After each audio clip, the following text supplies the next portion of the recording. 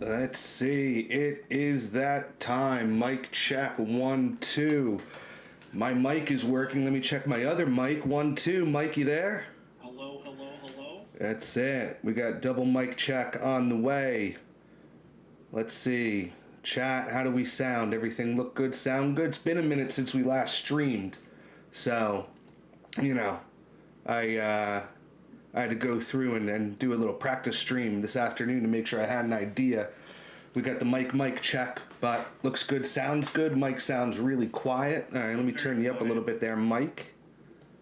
Can you guys there you go go. back in time and get in touch with my elementary school teachers and tell them that? Oh yeah. Did your report card say talks too much and gets in trouble all the time like mine did? I was a cheerleader. Yeah, I hear it. Good. Chat's on fire. Looking good. Most exciting night of the year. We get to do it 3 times. The big playoff reveal show.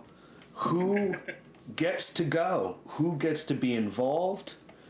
My Discord's blowing up. My WhatsApp is blowing up. My LinkedIn is blowing up. The Facebook is blowing up. We made the people wait. We wanted them to get their candy to pick up whatever toilet paper they threw in the trees. What do they call the day before Halloween down in South Jersey? Mischief Night. Oh, see, up in Sussex County where I grew up, it is Goosey Night. Goosey, see? Why can't you guys ever... Why can't North Jersey ever do anything normal? What is Goosey Night? It's exactly the same. Then just call it like what the rest of us do. Why are you guys so difficult? I swear to God, stop. North Jersey, knock it off. Unbelievable. But, oh man, here we go. I feel like we say it all the time, Mike, but biggest season ever. Yeah. Talk to us a little bit about the numbers. I feel like people don't believe us because we say it every time. But biggest season ever, straight by the numbers. We had 163 varsity teams across all of our championship seasons, coming from 128 unique schools competing. That's across championship, contenders, Valkyrie, Unified. We had 27 Unified teams play this fall, which is absolutely bonkers from a category that just didn't exist last year, last fall anyway. So, I mean, we're reaching thousands upon thousands of kids that are playing every week trying to get what you've got on your shoulder. So this is the next step of the process. We had our 7-week seasons. Some really close decisions to make across these brackets. We'll get into how we decide what we decide, but it's close. It's clean, which is good. We're not going to get into the weeds of various polygons and whatnot. I'm not going to showcase my horrible Dungeons and Dragons rolling technique. But we got some tight decisions to make and some tight picks to make because all of these teams are good. We're gonna see some seasons where you could pick anyone from 1 through 5 with the whole dang thing, and that's gonna make Georgian Court so exciting because unlike previous seeding shows where we have to tell people when they play each round and you can only reschedule it with express written permission from us, with the exception of League of Legends that has to play 1 round sometime in the next 2 weeks, everyone that gets announced on this show is playing live at Georgian Court, in person, face to face, and there's nothing like it. So it's gonna be really exciting. There's gonna be a lot of pressure added to these very tight matchups that we're gonna go through. Yeah, I mean that's some of the that's one of the really exciting things about the season. Besides having, if you look at the dashboard, I think it's something like 4,600 kids participated in the program this season. You put that out, fall is usually our second biggest season. Spring's usually our biggest. We have the potential to hit probably 12,000, 14,000 kids this year participating, which is unbelievable. By far one of the biggest leagues in the country, if not the biggest. And then taking just the in-person play, bringing everybody together. And if you guys at home in the chat know DreamHack, if you know TwitchCon, one of the companies that really makes those events possible is a company called LANFest, LANFEST, if you want to check them out. Known the world over as one of the best companies when it comes to putting on live events and having an unbelievable community aspect to their shows and stuff like that. To make this event happen at Georgian Court, we're bringing in LANFest. LANFest is coming in. They're bringing 100 PCs. We should have 16 or 20 switches. And it's really going to be an unbelievable event. And so from a competitive side, Mike, like you're talking about, for the first time ever, almost all of our playoffs, except 2 matches, are going to be live and in person. So before we get into it, make sure Club Advisors students, I hope you made arrangements to get a bus down to Georgian Court, because if you're on this list and you make the playoffs, you are playing live in person. And we are expecting 2,000 people probably at peak to be there. So you're going from potentially playing in your library, in your classrooms. We still have a few schools that play from home. You're going from that to playing in front of 2,000 people. So I think, the playoffs, they're a big deal. Not only going to be playing in front of a bunch of people, it's a long day. You're going to be there by 8 o'clock in the morning, 9 o'clock in the morning, competition starts. You might not then play until your second or, your semifinals or your finals match until a couple hours later. So I think it's going to be a little bit different. I think we're going to see who's the seasoned teams, who's the practice teams. I have it on good authority that there are a few teams that are actually pumping in noise into their classrooms just so the students can have experience playing with how loud it is going to be. It's going to get loud. So we're going to be on a basketball court. We're going to do the best we can in terms of sound, but there will be 3 shoutcasted stages from 9 a.m. to 4 p.m. Plus 55 extra PCs down on the basketball court floor, 16 Nintendo Switches on the basketball court floor. At peak, we're going to have 24 matches happening simultaneously. You're going to have to be able to tune that out and focus on what you're doing, and the person is right next to you. So it's going to be different. And it's going to be great. And we're even tapping into, traditionally we have played smash in the pit, as we call it, where everybody's kind of on top of each other. And we're going to see a lot of that over in the smash area. But we're also going to have a lot of that in the Rocket League area too, because for the first rounds, for the quarterfinals, people are going to be able to come right up and shoulder surf. They're going to be able to look right over what you're doing. So we will reveal what the arena is going to look like at Georgian Court at the end of the show. But you're going to see, if it's not a finals event, there's no stationary crowd. So imagine, I always go back to like a Burnett versus Fernwood, where they travel well and the crowd is going nuts and the Burnett Barbarians are all dressed up and ready to go. I mean, those people are going to be yelling right behind you. It's going to be intense. They're going to be yelling across from you. You're going to be sitting down. You're going to look up, and you're going to see Coach Churis dressed like a barbarian screaming, from the other side of the PC banks at you. So I think it's really, it's going to be an unbelievable event. And this is one of those things where you can play really well at your school. You can play really well in a controlled setting. When you get into the chaos of a Garden State Esports Championship event, that really has an opportunity to turn the tables and affect how you perform. But we also have, 2 weeks, a little bit more, for these teams to practice and really, maybe even pump in some of that sound into their classroom. Yeah, it's 3 weeks of warm-up time, which is also different. So you're going to be able to know everyone that's in your potential path, and you'll have to prepare for all those eventualities. Mm-hmm. Not looking forward to be a League of Legends coach right now. Somebody check on Wes Brown for Barnegat. He's a lot of op.gg. Coach Brown is 100% going to need a new clipboard by the end of these couple weeks with all the diagramming. That down too. You can't have that on a cell phone. That's it. That's against the rules. Somebody better buy him a new set of whiteboard markers, because he's going to be drafting like crazy. But so before we start the reveal, Mike, let me go over and transition to our always gorgeous presentation, so you can walk us through how we handle the seating. And I'll tell you this, having seeded as a wrestling coach for many, many years, one of the things I always like to stress is that it is a art and not a science. But walk us through the playoff score and how that has been part of, the experience. Yeah, so it is an art, but we try and make it as much of a science as we can, because we are dealing with flexible seasons. Not every school participates from year to year. Not every school participates in every single league.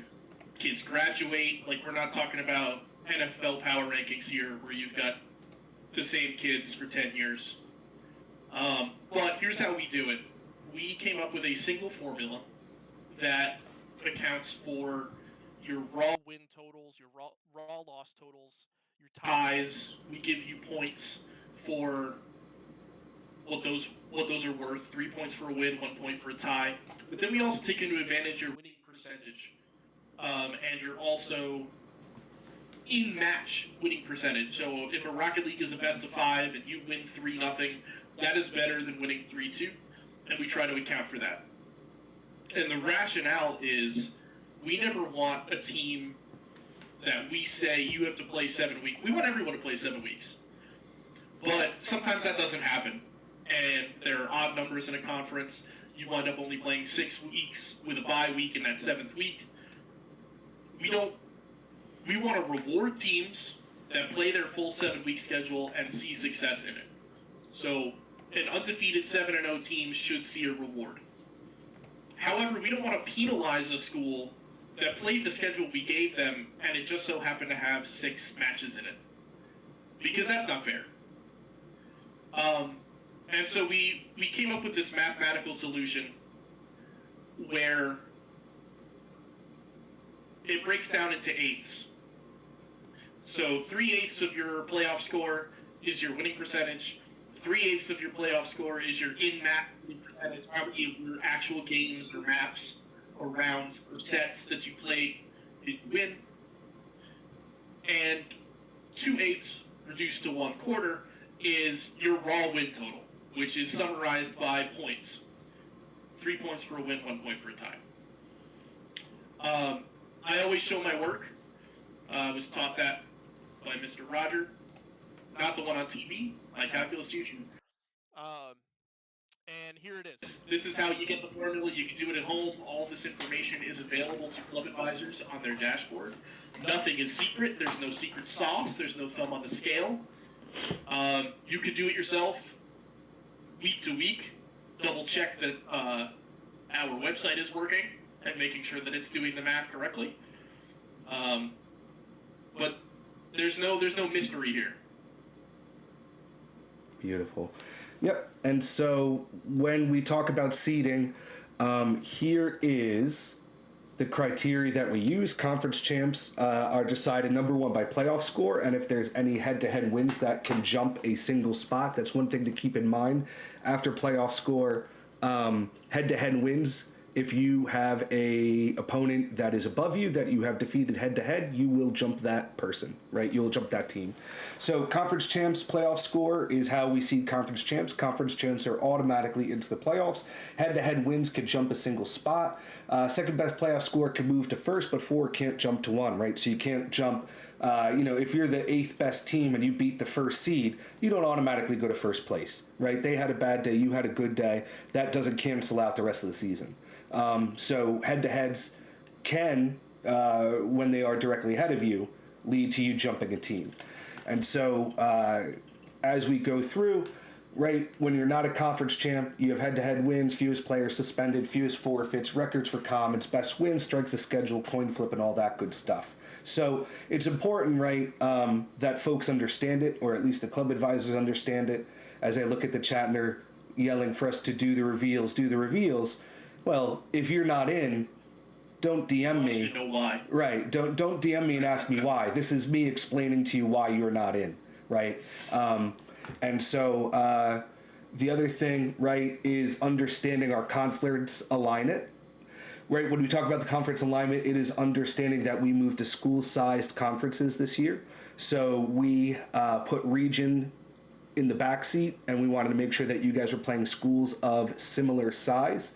And our target is always to make a 50% playoff run and keep the minimum bracket size at 8, which is why you'll find some brackets are group 1, 2, 3, and 4, but then others are group 1 and 2 combined, stuff like that. So just understanding, right, all the decisions that go into the decision, or I should say all the decisions that go into making the playoffs, making the brackets, deciding how we group schools, deciding when we break out into other brackets and stuff like that, right?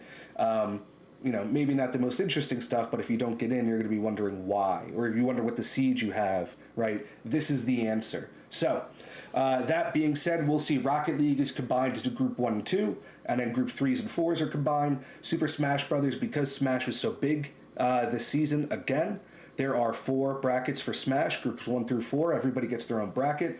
Middle School Rocket League, Middle School Smash, League of Legends, and Valkyrie Smash will be one statewide bracket top 8. Okay, so you'll see, again, conference champs are automatically in, and then we take the next best teams, regardless of conference. We go ahead and seed them. Mike, are we ready to start the reveal? I'm ready. All right, here we go. So, up first, we like to get our middle schoolers off to bed as soon as possible. Talk us through Middle School Rocket League.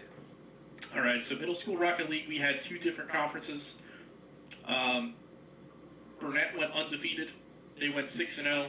So you can see here, we had 2 odd-numbered conferences, so they only played 6 weeks. And right away on the first slide, we have our first tiebreak. Maurice River and Camden's Promise both finished at 5-1. If we were to go pure playoff score, Camden's Promise would get the conference championship. But in the course of human events, Maurice River beat Camden's Promise head-to-head. Mm-hmm. So we do have a direct comparison right there.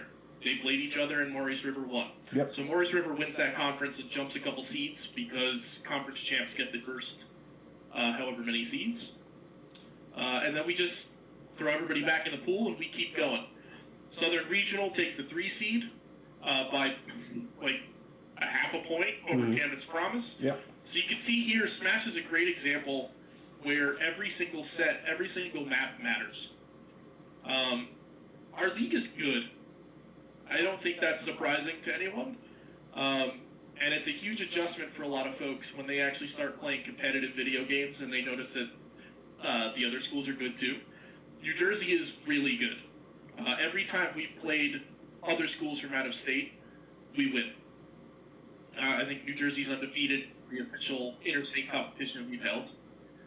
But you'll see that fractions of a match will matter. But Camden's Promise gets the 4.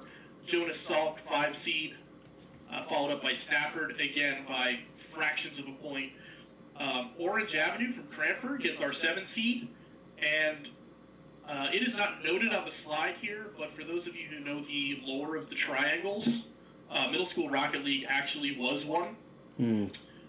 We had tied at 2 and 4. We had a whole bunch of schools, and when we talk about a triangle, we talk about a head-to-head matchup that goes 3 ways and does not resolve.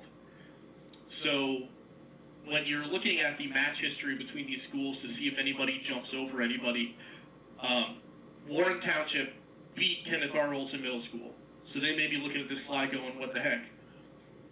However, Brigantine beat Warren Township. And Tabernacle beat Brigantine.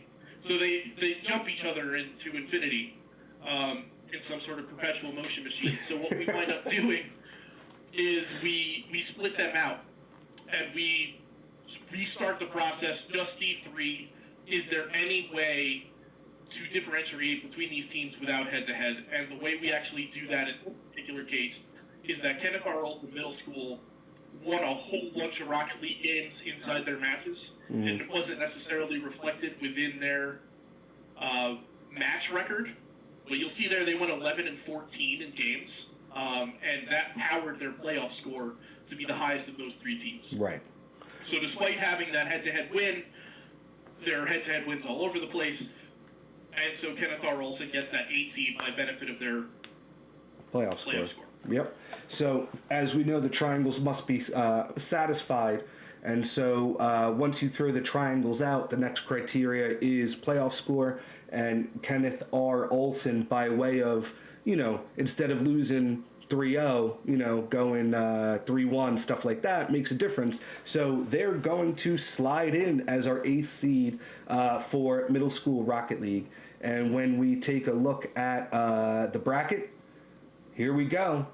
As noted, friends, live at Georgian Court, Burnett, Kenneth R. Olson, Camden's Promise, Jonas Salk, Southern Regional, Stafford, Maurice River, Orange Ave. You are going to Georgian Court to play for a middle school state championship. You're in the dance. You are in the big dance. And I'm excited. And you know what I just noticed? Southern Regional versus Stafford. That's a grudge match right there. That's is that a local rivalry? That is a local rival. That is one school that feeds into the other. So very cool. Stafford, one of our programs that feed into eventually Southern Regional High School. So just noticed, because they have been working all season, helping each other, because Southern Regional Middle School just started. Stafford's been around for a couple of years, so they have the kids have gotten to know each other and stuff like that, and now they find themselves playing. Look what you did, Stafford. I'll show you. But we also right behind you. we also always like to put a little color onto our picks. We have to win, right? The chat's saying that there are ads. Should we make small talk about Goosey Night again, or should we make them give us their Prime subscription? I mean, it's a big event, guys. It costs a lot. It is. We gotta. All right, let's just keep going. Otherwise, we'll be here till 1 a.m. Gotta pay the bills. Well, you know what it is they're probably getting ads, those that weren't here on time, because my 10-minute starting soon, that's when I run all my ads. So ads. That's it. That's the secret. So there you go. So here's the small talk while we wait for the ads. Is if you didn't know, a lot of reasons why streamers run the 10-minute starting soon beyond building an audience is they will do all of their ad rolls during that time, so that way when somebody joins, they get up to an hour or so of free content instead of joining and getting an ad automatically. So yeah, there you go. So that should be about 60 seconds, and that will get us back onto on track. But so we always like to add a little color. Chris's picks, Mike's picks. To win, who we believe is going to be state champion. To watch usually comes from the top half of the bracket. Usually in this case, top 4 seeds, and then the dark horse being somebody from the bottom bracket that you may, not be so excited to be playing for whatever reason. And so, for me, even at 5-1, Maurice River, a former state champ, wonderfully coached over there, had a great season. It's not common to want to go against Burnett, but for me, I think Maurice River might be able to make something happen there. Yeah, I gotta go Burnett. It's the easiest pick I ever made. See Burnett, pick Burnett. See Burnett, pick Burnett. I see where you're coming from. Coach Churris over in Burnett. Run through Union Township. That's it. Middle school esports has been dominated for a while by a few programs, and one of those programs has been Burnett. So backing it to win it makes sense. To watch Southern Regional first year in the league coming into the playoffs, if I remember correctly, at the 3 seed. Having grown up in Lacey Township, I'm very familiar with the way that Southern Regional operates, and they have a history of just being successful at everything that they do. So even though they were brought in by Stafford, I feel like they're going to defeat Stafford and potentially make a run for a state championship as a first season program. I'm watching Camden's Promise. I think I just put a chip on their shoulder. And they're entering this tournament with something to do. And then that 4-5 matchup's always, that's where the crazy happens. Yeah. Well, and see, for me, my dark horse, I took that 5. If you see Jonas Salk at a 5 seed, I'm not thrilled. Especially because, the whole Old Bridge School District has a great program. You talk about Coach Rob up there at the high school. I know for a fact that he and Jonas Salk and the other middle school over there, he's creating a feeder program. So the high school kids mentor the middle school kids. They know each other. And so I would have to think that Jonas Salk, as they get up and running as a full-blown middle school program, it's not their first rodeo, right? You see in the chat already, Weiss's W. Coach Rob Weiss, he just wins. He, much like myself, hates losing. And so he really puts a lot of time and effort into making sure his kids are prepared. So I think what you'll see, too, is imagine now you get a Jonas Salk on 2.5, 3 weeks of practice and just drilling. They have a beautiful esports space over there. So I know they might get called up to the high school and maybe practice up there. But I definitely will be watching Salk here. So right away, the environment comes into play for my picks. Because I'm going with Orange Ave as our dark horse. If this round is played remote, I'm not sure as a 7 seed Orange Ave gets past Maurice River. But I know Orange Ave has played on stage in front of people. They have seen success and they have seen defeat. And in this kind of environment, I do not think that these kids are going to be shell-shocked. Many of them have been here before. If there are any sort of 6th graders on the team, the 7th and 8th graders can point them in the right direction. And in this loud, crazy, you get 15 minutes to sit down, plug in your controller, warm up, and go environment, which is not, you get half an hour after school lets out to wander around, do some meditative breathing. This is nuts. And I think Orange Ave's being there, I think, is going to be an asset to them. And if they get 1 win under their belt, there's nothing saying they can't get 2 more. Yeah. I think that, too, is so one of the things that's really exciting about the event at Georgian Court is we have quite a few colleges that are coming. And a peek behind the curtain, right? I want to keep Jersey kids in Jersey. So the relationships we're building with colleges in New Jersey is different than what we're building out of state. And so any out-of-state school colleges that are coming, I tell them to make sure they bring their checkbook because I expect kids to be picked up on scholarship. And there's a reason why they come to our events and they take our kids. And when I follow up with the coaches and the kids that they take, one of the biggest things they say is that our kids have live in-person experience. And that is not something that can be replicated or faked. To play in front of 1,000 people and 500 people, let alone 2,000 people, it makes a difference. And so I think that's an astute observation that I bring up later in some of my picks is if I got a team that's played in person before at a finals for GSE and a team who hasn't, that's one thing to keep in mind, right? Players, club advisors, think about how you're going to organize, connect with your kids, keep them focused when you're at a live event with 2,000 people. It can very quickly get overwhelming. So whatever you got to do, like I said, you're piping in the sound, piping in the crowd screaming into your classroom or something. But definitely, as you are getting ready for Georgian Court, don't just focus on the gameplay. Make sure you focus on the stress management, the communication. All, to me, matter probably a little bit more in this type of setting. But, Mike, let's talk about, I think we got middle school smash coming up next. Here we go. Walk us through. Who's coming to Georgian Court? Well, we've got Bayshore and Fernwood coming. Shocker. Two teams that have won belts that they want more. I know Coach Miller is trying to grow a third shoulder to put another belt on. But Bayshore and Fernwood, they both went undefeated. And you'll see here again, a single set separates the 1 and the 2 seed, and that might switch what side of the bracket you're on. Because, now Fernwood's on the same side as Burnett. See Burnett, pick Burnett. You're looking at a potential semifinal matchup with Burnett because you lost a single set. Everything matters. But Smith Middle School coming in here from Ramsey. Southern Regional again. Stafford again.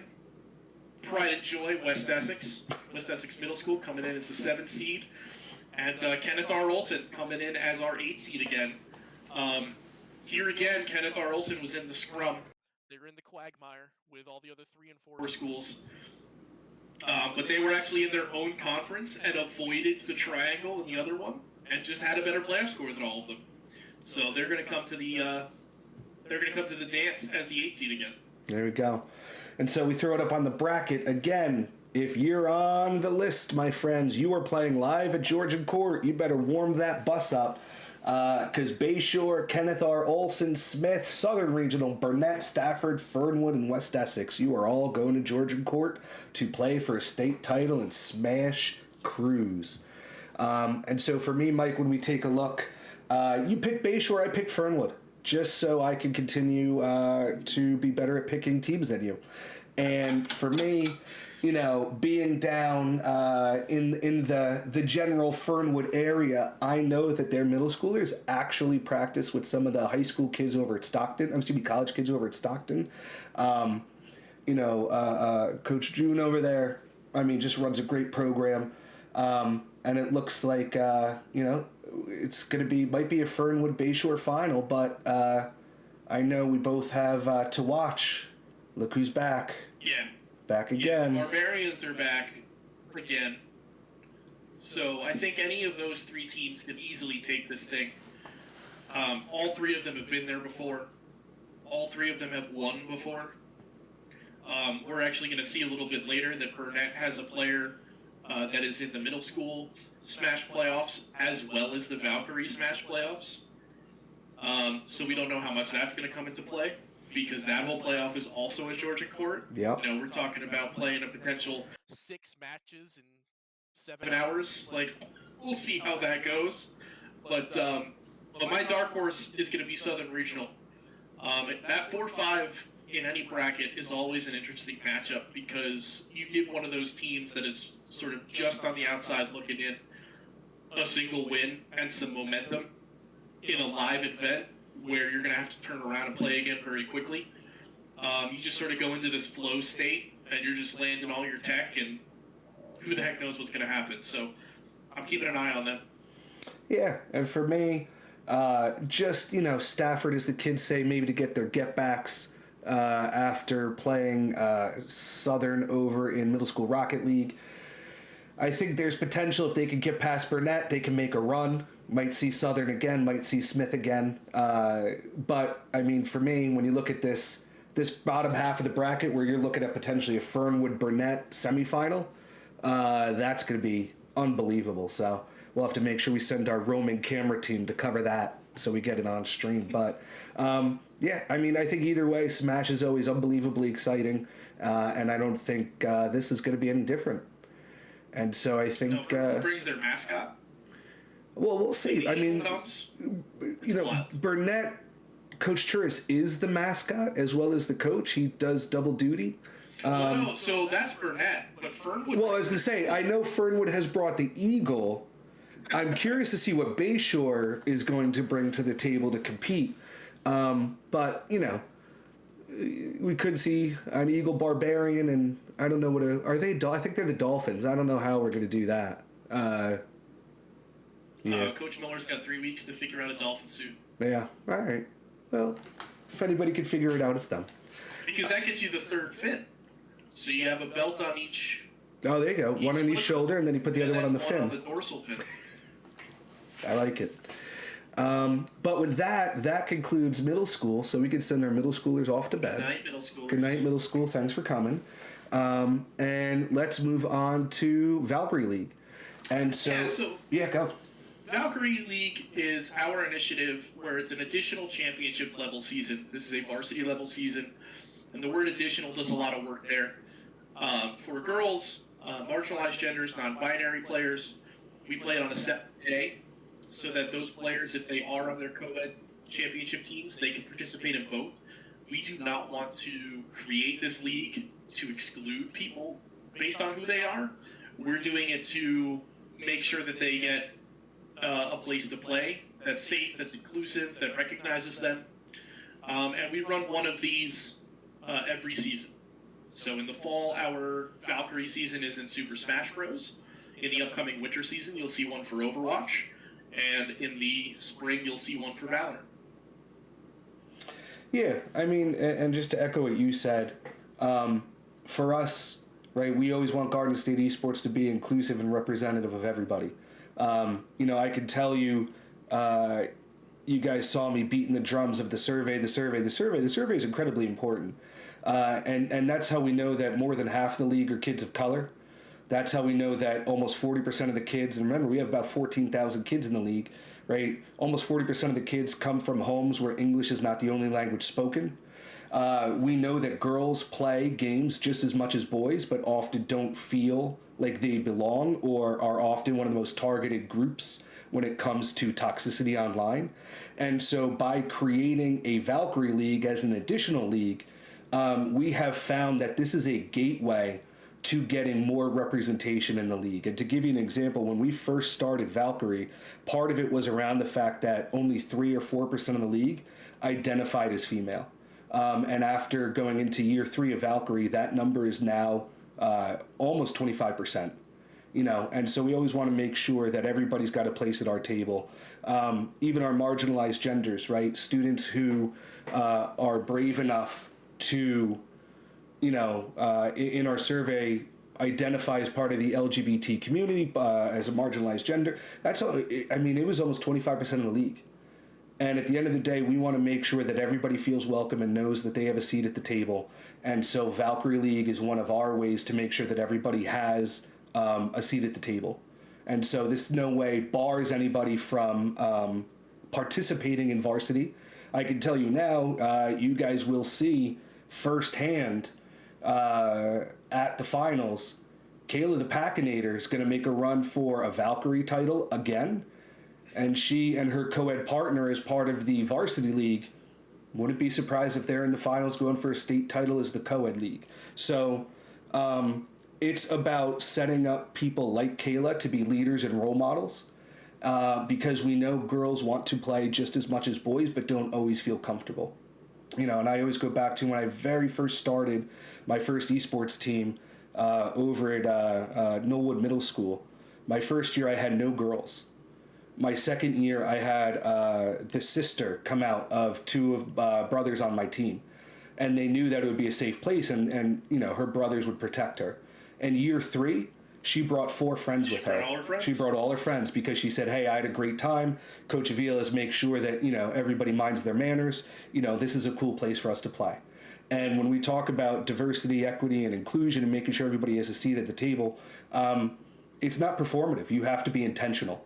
And so by creating the Valkyrie League, we make sure that everybody knows that they are welcome to participate with us. So Valkyrie League is one of the things, as the president of Garden State Esports, I am most proud of. And so I always plan to make sure that we platform this really unbelievable stuff that our players are doing in Valkyrie League. And so, Mike, talk us through who is coming for Smash Valkyrie. Yeah, so we had one statewide league for Valkyrie. Not everybody played everybody. It was more than 8 teams, but not enough to split into 2 conferences. So we have one conference champ, powered by Kayla the Packinator. Barnegat takes that top seed. But if they bleed, you can kill them. Barnegat dropped a set. They dropped a set to Bayonne, who comes in as our 2nd seed. This Valkyrie Smash is very interesting. If you dig into, like I had the pleasure to as I seeded it, the match history between these teams, you can see just the clustering of 4 and 3 teams. Everybody's beating everybody. Everybody's taking sets off everybody. But Burnett takes our 3, Old Bridge, Shawnee, Northern Valley, Old Tapan, a Valkyrie powerhouse. They're always participating in anything Val. High Tech and West Essex rounding out the top 8. There you go. So we throw them in the bracket, and it's going to look like Barnegat playing West Essex, Old Bridge, Shawnee, Burnett versus Old Tapan, Bayonne versus High Tech. And correct me if I'm wrong, Mike, Burnett, the sole middle school making it to the dance against the high schoolers? That is correct. I like it. Coach Churris doing great things. Fears no one. So the Lady Barbarians will be getting after it and going up against the high schoolers, and I think that is part of the part of what makes esports cool. Yeah. Well, what's cool is that Burnett names all of their barbarian sub teams after various Celtic and Germanic tribes. And what was cool about them is that there were no lady barbarians. They just called them barbarians. I like it. I like it a lot. And so, what happened? I broke something. Oh no. All right, unbroke it. It's not broken now. Okay. The stream got very confused that we picked the same team. Yes. We have consensus. We have singularity. Barnegat. You talk about Kayla the Packinator. I'm lucky enough, again, I live pretty close to Barnegat. I've gone down. I've seen them play. I've seen them practice. They work hard, and I think something that gets lost sometimes is Kayla's teammates are fantastic. Yeah. And Kayla is often in the spotlight, as she should be, because she is incredibly talented. But she is also a wonderful mentor to her team. And they continue to get better. And we know that you're only as good as the, worst person on your team. Hey, Barnegat's worst person, it's better than most, It's very rare that you're going to 9-stock somebody in the final. So crew battles, it's not going to be a one-person carry. So those 2nd and 3rd players up are very important. So to see a singular talent like Kayla blossom into a captain and a leader and a mentor is exactly what this league is all about. Yeah. Because there are individual standouts out there. They are all over the place in this league. Some of them don't even get to Georgian Court because they do their thing, they play their 3 stocks out, and then they move on. Absolutely. So, let's see.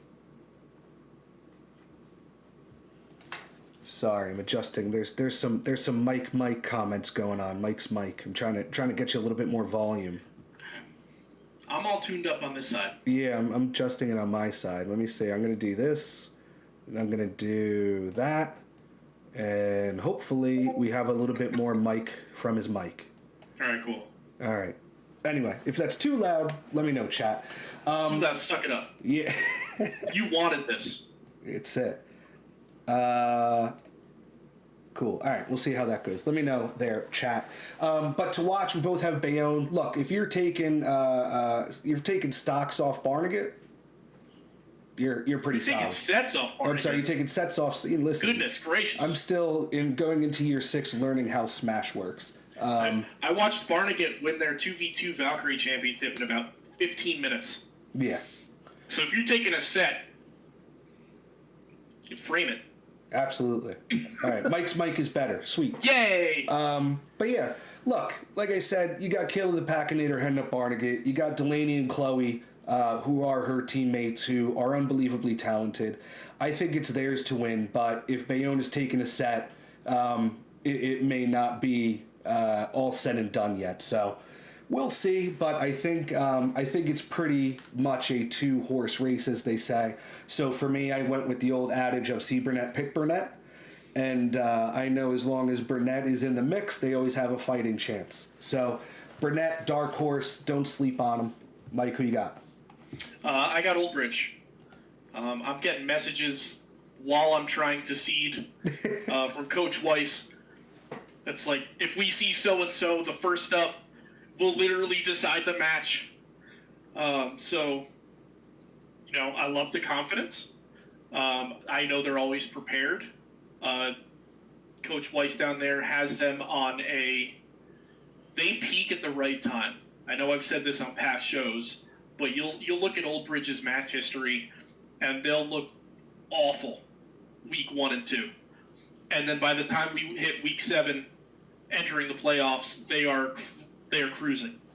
And so I think a team with 3 weeks to prepare, 3 weeks to work on their tech in that lab that they have there in Old Bridge, with the dedication that I know that whole program has, that 4-5 matchup is always dangerous. I always look there when I'm looking for teams that can make runs. Because, again, you give them some momentum. They get rolled against Shawnee. They sit down on stage against Barnegat, and who knows what happens.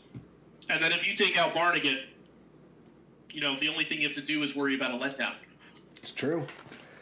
So, there we go. That is your Valk Smash Cruise roster.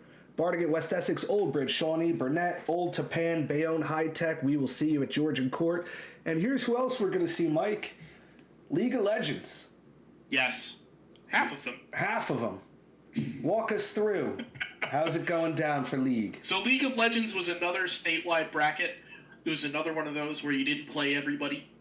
But those that did, this was a ridiculous season. You would look at match history and be like, oh, this team 2-0'd whatever, and they scout this way. We should be fine. And then you tie them, or you lose to them. And so you look at these top 4 teams, Old Tapan on top, going undefeated, tying defending champs Barnegat in their match together. Old Tapan won League of Legends 2 years ago. Yep. And they are back and reloaded and ready to get it again. The other Northern Valley, Demarest, comes in at the 3 seed, Cherry Hill East at the 4, with the exact same record, but a head-to-head matchup dividing them. But then you look at a team like Shawnee, tied Northern Valley Demarest. So even though they're down there at 3-2-2, and you think that that's a giant gulf, not really. You also look at a team like West Essex, with some high-powered talent that's coming into their own, learning to gel as a team and coordinate, with good results against many of the teams on this list. Haddon Heights, the exact same record. We have the dreaded forfeit tiebreaker. Play your dang matches. Get subs. But you'll see if you go all the way back up to the first couple of slides, we rate forfeits as a very high tiebreaker in the flowchart. And the reason we do that is that no one has fun in a forfeit.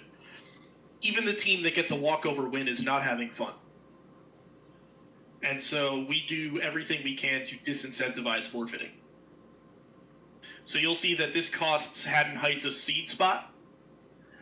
And when you talk about an 18 bracket, going from 6 to 7 means you're going from playing the 3 seed to the 2 seed. And in this particular situation, it's Barnegat. No one wants to play Barnegat. So play your matches. There you go. And then we have McNair rounding out our top 8. A solid team there as well. I actually watched West Essex versus McNair. They have some good players on that side. And so we'll see what happens. This is the only playoff bracket that had matches before Georgia Court, just because League of Legends takes about a year to play. Yes. So as we throw it up on the bracket, the first round, the quarterfinals, will be played remotely. If you make we have it. Yeah. We have it currently scheduled for. Normally it would be this Thursday, but that's Teamers Convention. So we do have it scheduled as the next Thursday. So that's November 14th. That still gives you a week and a half before the finals. If, for whatever reason, both teams can agree to play earlier, you are welcome to do so, but with the caveat, you have to run it past GSE. So you can shoot an email to me, you can shoot an email to Chris. We have the very difficult emails to remember. It's our names. And we'll look it over and we'll approve a reschedule if both teams agree. But Thursday is Thursday. We expect everyone to be ready to play on the day they've been playing all along. So these are remote. If you make the top 4, so all you need is a singular match win. These matches are now best of 3, rather than the best of 2 that we had. There is no tying. Win or go home. And if you win, we'll see you at Georgia Court. There you go. So, for me, NVOT coming back. If you remember, we actually sent NVOT to Philadelphia to the ISTE conference to play the Pennsylvania League of Legends state champs. And Garden State Esports and NVOT came back victorious. Their Varus did mean things to the top laner from Pennsylvania. Absolutely. So NVOT, potentially just reloading that team. Coach Jeff up there runs an unbelievable program. I think that they are going to squeak out a victory against Barnegat, which breaks my heart because I do love watching Coach Brown coach. And so it's going to be intense either way. I think it's back and forth, but mostly because you picked Barnegat and with NVOT, and we'll see how it goes. Fair enough. Yeah, I can't pick against Coach Brown. I think the level of preparation they have, I know both NVOT and Barnegat are made up of just squads of friends, and so they play all the time. And so you'll see them play, and these are teams that are completely in sync. They have a plan, stick to it, they execute phenomenally. I think it's going to be intense. I think it's going to go 3 games. But I think the just sheer rigor that Coach Brown implements at Barnegat, like they start practicing league in June, and he gives them homework, and they do it and still show up to be part of the team. Absolutely. And I think that's going to be the difference maker. But I have to go with West Essex. They're in the chat, and they would come after me tomorrow if I didn't. But I think West Essex is poised to make a run. We've got a phenomenal captain on our side. I actually just tallied up the stats. He had like 150 kills this season. It was absolutely nuts. I think if they could put all the pieces together in a best of 3, we had a lot of ties, a lot of close losses. I think we'll see them in a couple Saturdays. There you go. And I went with Cherry Hill. Cherry Hill, a perennial League of Legends powerhouse. I think potentially a little bit underseeded at 4.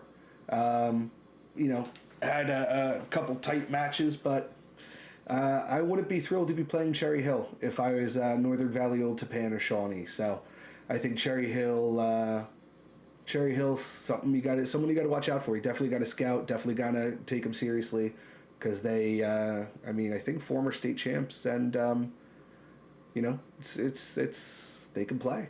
So, but let's see what we got. That's League of Legends. So if you make it to the top 4, you're going to Georgian Court, League of Legends. But if your name is on this list, Mike, warm the buses up. You're going to Georgian Court. It is Rocket League 3v3, Group 1 and Group 2. Cape May, Seneca, McNair, Barnegat, Hoboken, Carteret, Newark Data Science, Hawthorne. You're going to GCU, Georgian Court University, November 23rd. How did it all shake out, Mike? Yeah, we had to go down into strength of schedule in order to differentiate between Cape May Tech and Seneca. Seneca defending champs, I think, multiple times over. Cape May Tech, though, with Coach Marcus down there, that's a good team. They're on the stage every year. I think they might put it together this year. They had a tough conference. You'll see that Group 1 was just a shade tougher than Group 2. But this is a deep league, man. These teams are solid. You're looking at Newark Data Science down at the 7th seed, going 15-7. Like, that's... Yeah. You're not dropping any miscellaneous sets there. And then even Hawthorne at 5-2, 17-9. So they're taking games off of teams that are beating them. Yep. This is anybody's guess. Barnegat is a great Rocket League program as well. It's perennially playing live. These were tough picks to make when we get there. Yeah, I remember when we were seating at this and we were looking at it, I couldn't believe really how deep this group is, but then some of the other ones too. It's getting pretty intense. To be the 8th seed at 17-9 is insane. So listen, it's going to be interesting. So we throw it up on the bracket. Cape Mate's going to play Hawthorne, Barnegat. Load up the bus, Barnegat. You got another team coming. Hoboken, McNair versus Carteret. Carteret, first-time program. Excited to see them coming. Seneca, Newark Data. Newark finally in the house. Newark will be there. Love me some Newark. And so for me, you pick Seneca, I pick Cape May. I think those two is what it comes down to. Like you said, Coach Marcus down there. I know for a fact, Mike, that when you go to Cape May Tech and you get the tour, the Garden State Esports Championship belt is part of the tour. That's how seriously they take it. Like, you want to go to Cape May Tech? Well, let us walk you by our Esports State Championship and tell you just how often we're bringing those home. So I think they're going to bring home another one here for Rocket League. And my to watch is Carteret. I had the privilege of going up and helping them start the program and seeing their space and giving them some advice about how they run things. And it was actually pretty wild with Carteret. Coach Mike over there reached out and he said, literally, I should go back and look, but he said something like, we scored 31 goals in our first match of contenders. We feel like we may need to move up to champs because they were a little bit late. And so, and it's a great story, too, because we had a bye week in this group, and we were able to slide them in. Yep.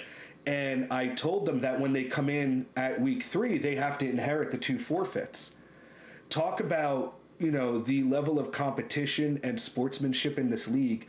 Both Manasquan and High Tech agreed to play Carteret to make sure that we had an accurate understanding of how good they were, and Carteret won both of those matches.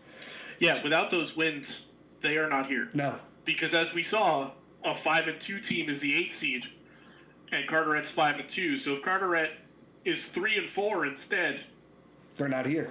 They're not here. So number one, I love the sportsmanship from Squan and High Tech, who are saying, hey, if we're going to win, we want to win the right way, we're going to play you. I love the fact that Carteret new program recognized the fact that, hey, we probably are a little bit, underrepresented here. Can we get into champs? And he also kind of told me, the kid was, I think he said top 300 in NA East or something at one point. So I think Carteret, cool story, excited to see how well they do. You're talking about a program over there, full support, top down, from super to principal to everybody. So I think you're going to be seeing a lot of Carteret, as the year goes on, but you might be seeing him real soon in a state championship. Yeah, I mean, Barnegat's my to watch. They're always there. They're always playing live. And so previous iterations, that was either a semifinal or they're making a final. So they have the live experience. They are a storied program in the league. And when you start getting into these loud environments, we can't say it enough. People think we're blowing smoke. That this is intense. There are going to be moments where you can't really hear mates, and there's nothing that can be done about it, and you're just going to have to sort of deal. So you have to lean on that experience where we have juniors and seniors in the Spartagan program who have been there, have done that, are used to the way live events run and being out of their comfort zone. That said, I mean, talent is talent. We were talking a top 300 kid on Carteret, and so I know you have them as your to watch. They're technically in the lower half of the bracket, so they're my dark horse. There you go. I cheated. It's okay. It's all good. But yeah, I mean, going back to what you said, Mike, the thing that I always think about is when we were having events and we were setting up the decibel warning on people's Apple Watches. Yeah. Basically saying, like, it's too loud, you need to leave the environment. And that was at Kane. Right. Which was 3 basketball courts wide. Right. And we were still setting off. And the high school Smash finals set off decibel warnings. Yep. This is smaller and bigger. Yep. 2,000 people in a little bit more than a basketball-sized arena. So, there's going to be a lot of watches set off. And so for me, dark horse, Newark Data, new program, excited to have them as part of the league, and then to see that they, like you said, 17-9 on a 5-2 record for Rocket League. They're taking games off of basically everybody. So I think that's a team that is going to benefit not just from the longer season as they kind of figure out how GSE works, but now to give them 3 weeks to practice. I think you could see something pretty cool happening over with Newark. And so congratulations to everybody coming. Get on your bus, and guess who's joining you? Rocket League Group 3 and 4. Here we go. Goodness gracious. This was interesting. So Group 4 was so big that they didn't all play each other. And so we wound up having 2 completely undefeated teams in Group 4. Each of them only dropping a single set over the course. And so we have to wind our way all the way down to strength of schedule. And Union's path through the Group 4 conference was easier than Cherokee. Cherokee just had to play better based on playoff score. Right. So the way we calculate that strength of schedule is we average out the strength of schedule of the entire schedule of a team, including their own. So the fact that they're very good gets to influence how strong their season was. And we see that Cherokee's is better, and that gives them the Group 4 conference championship. And Lenape takes the Group 3 conference championship at 7-0, 21-6. But then again, we see another super deep playoff bracket. Old Bridge 6-1, but 19-3. Morris Knowles 6-1, but 20-5. And then it goes all the way down to St. Peter's Prep, getting in with their head-to-head over Cherry Hill, still only 5-2. Yeah, I mean, deep league, and what I was going to point out for those watching is when we were talking about who got the Group 4 conference championship, talking about Cherokee and Union, Group 4, like you said, was so big. Cherokee and Union never played each other, but they did go undefeated, right? Drop similar amount of matches. And so just making clear, because I think this is one of the ones that we're going to get questions on, the reason why Union comes down to a 3 seed as a Group 4 undefeated team is the teams that they played, the records of the teams that they played versus the records of the team that Cherokee played, right? Like you said, Mike, is Cherokee played overall harder teams.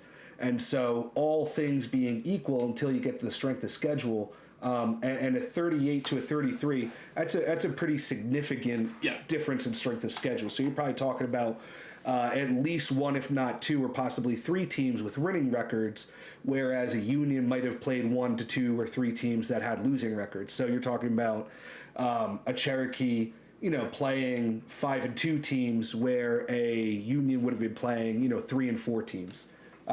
So just to provide a little bit more context about that one, because that was one that we had to get really deep into to figure out. So for reference, I'm going to use some more math terms because I know everybody in the chat loves it. They did. They were saying W math before. Yeah, they're like, great, more math. Yeah. The median playoff score in Group 3 and 4 is 50. So when you're looking at playoff scores where an average is 38, 5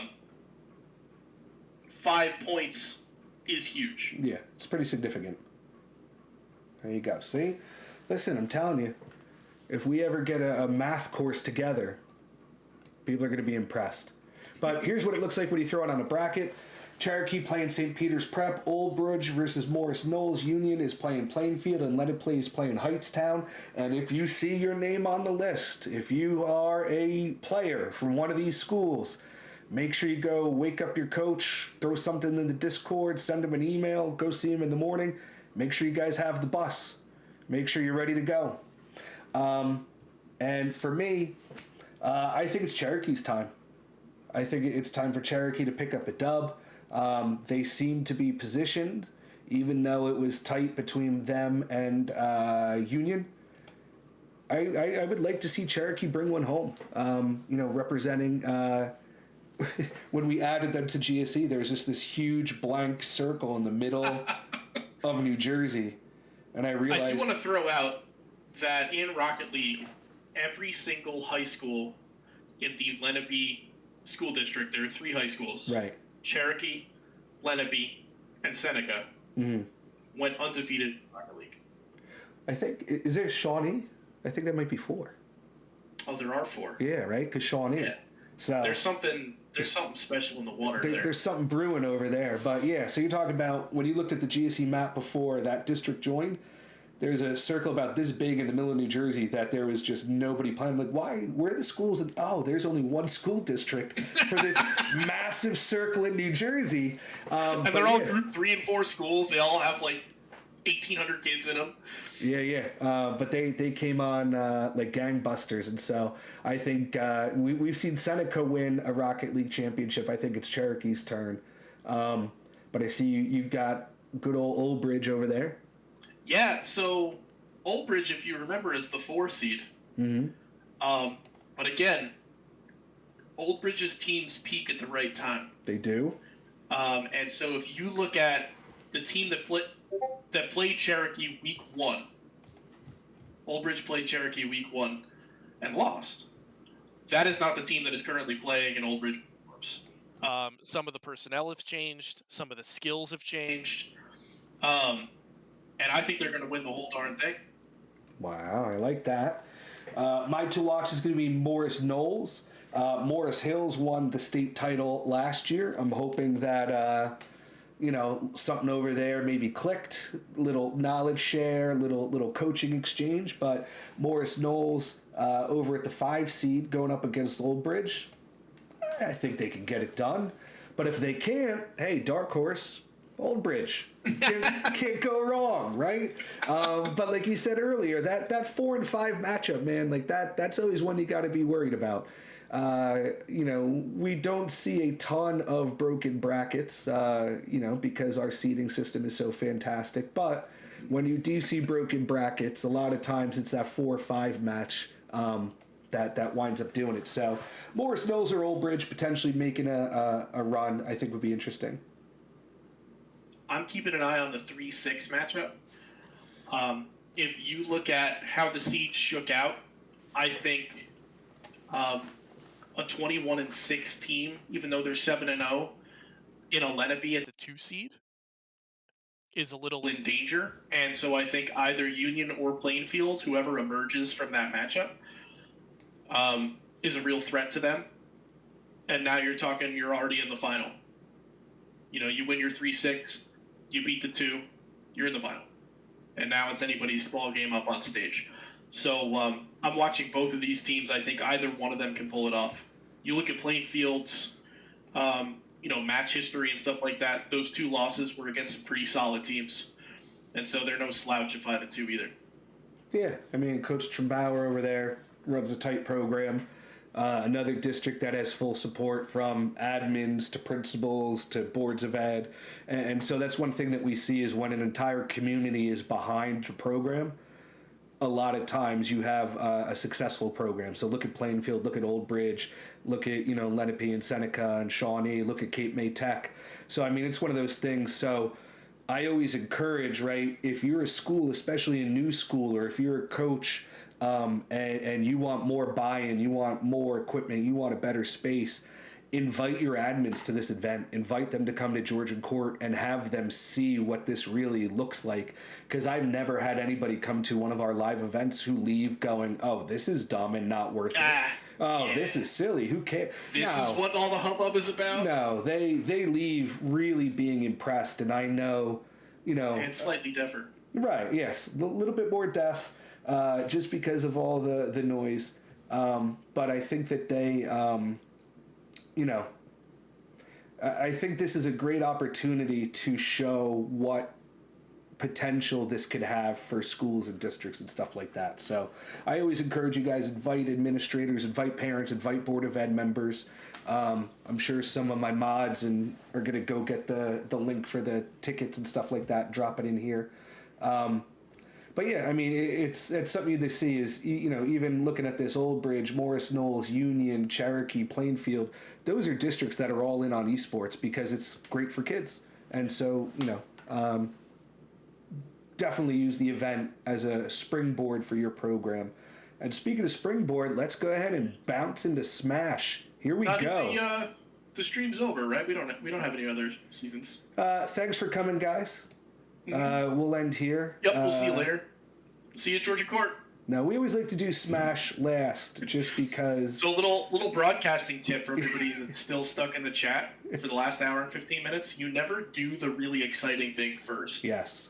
Smash, we know. If you've never seen Smash, especially Smash Live, Smash is insane. I do my best to try to understand what's happening. But to me, it's just the absolute anarchy of it that I just love.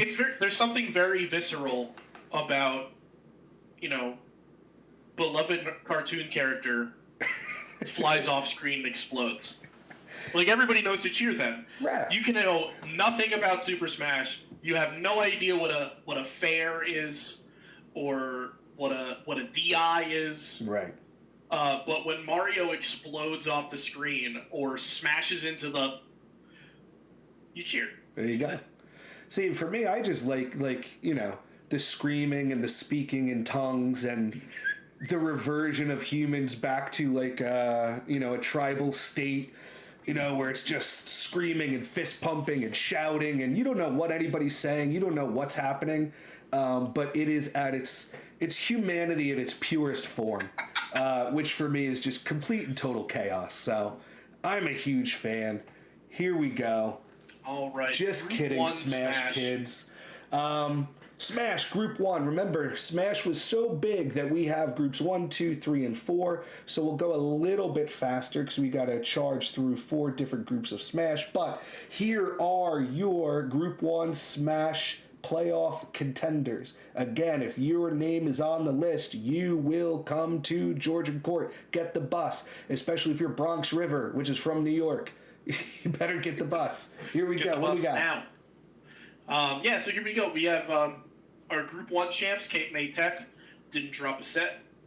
Group 2 champs, HoPACCon, didn't drop a set. And again, here you see we have these unbalanced schedules, so playoff score is going to come into play.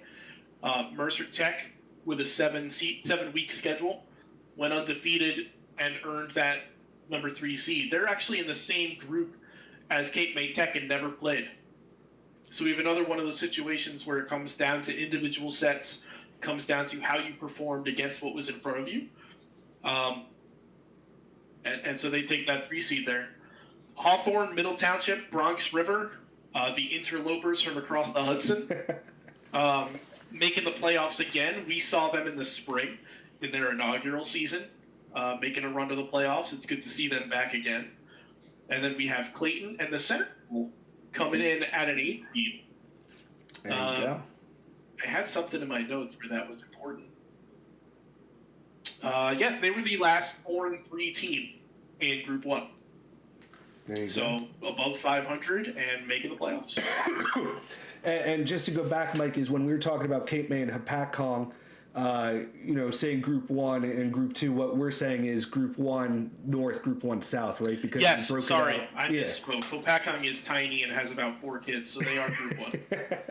Right, and so what we had to do, again, because Smash was so big, is we had Group 1 schools, but then we broke them up by region. So what we do is when there's more than 8, well, we're really, I guess it'd be more closer to 16 teams in a group, we then divide them by region as a second way to sort them. So Group 1 North and Group 1 South, Group 1 Are your 2 conferences. are your 2 conference champs, right? So Hapatcong taking Group 1 North, Cape May Tech taking Group 1 South. So just in case anybody got confused. Other than that, yeah, here's what it looks like on the bracket. And when we talk about potentially picks, I mean, Cape May Tech had an unbelievable season. You're talking about not losing a single anything to anybody in a very tough, Group South. But I think it's potentially a 2-horse race if it's not going to be Cape May Tech. We got Miles and Hapatcong and his team potentially looking to make a run at a title. See, Hapatcong's another one of those examples where you had a singular talent on top. Miles has been there for quite some time. Right. But Hapatcong's dropping sets all over the place. And they wind up falling short of the goal. But what has happened this year is that the rest of the roster has been elevated. And Miles stepping into a leadership, mentorship role and helping their teammates succeed. And now we see them completely undefeated. Number 2 seed with the yellow brick road right there. Yeah. So you're talking about Miles, bringing that team along a lot, like we talked about Kayla bringing along, her team over at Barnegat. But I do think it's a 2-horse race. If it's not going to be Cape May Tech, I think it's going to be Hapatcong. I saw you picked Hapatcong, so I just picked Cape May Tech. Because one of us has to be right, and it's going to be me. It's strange. I actually picked Hapatcong to win a title that other schools play. This is true. They're normally the kings of the dead. The kings of the dead game. Hapatcong having won Knockout City State Championship, and what was the game that just died? I can't even remember. Omega Strikers. So Hapatcong looking to win the state title. I believe they're first in a game that is actually played by others. Yes. Yeah, played by others year over year. So, we'll see. I got my dark horse being Hawthorne. Hawthorne, 4 seed, 5 seed. I told you they're a little bit scary when it comes to those types of matchups. I think if Hawthorne could get past Middle Township, I think they could potentially play a bit of the underdog upset role. They had a good season, strong team, good coaching. So, potentially looking at Hawthorne to be a dark horse. Yeah, I think Hapatcong is going to take it. If it's not Hapatcong, Cape May Tech. But I'm keeping my eye on Bronx River.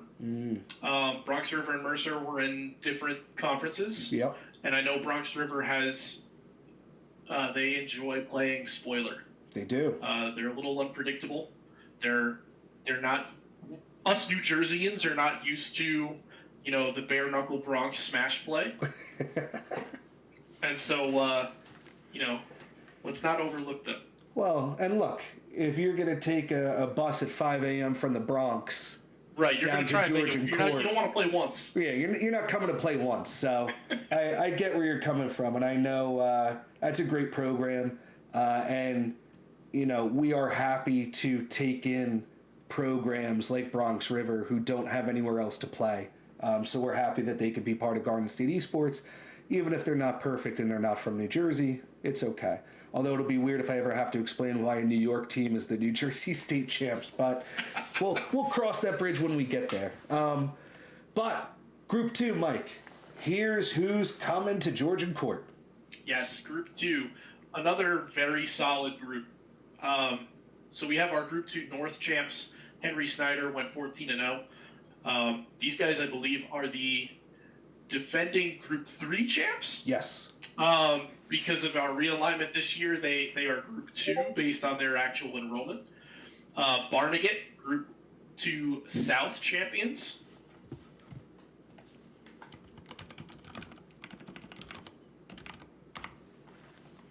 And Mike is gone.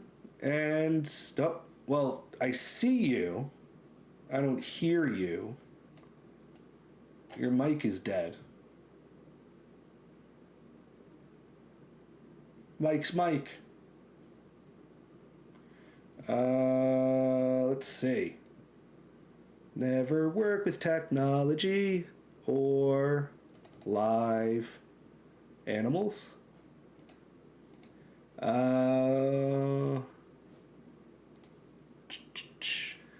Rip. You wanna? Why don't you drop and come back in all together?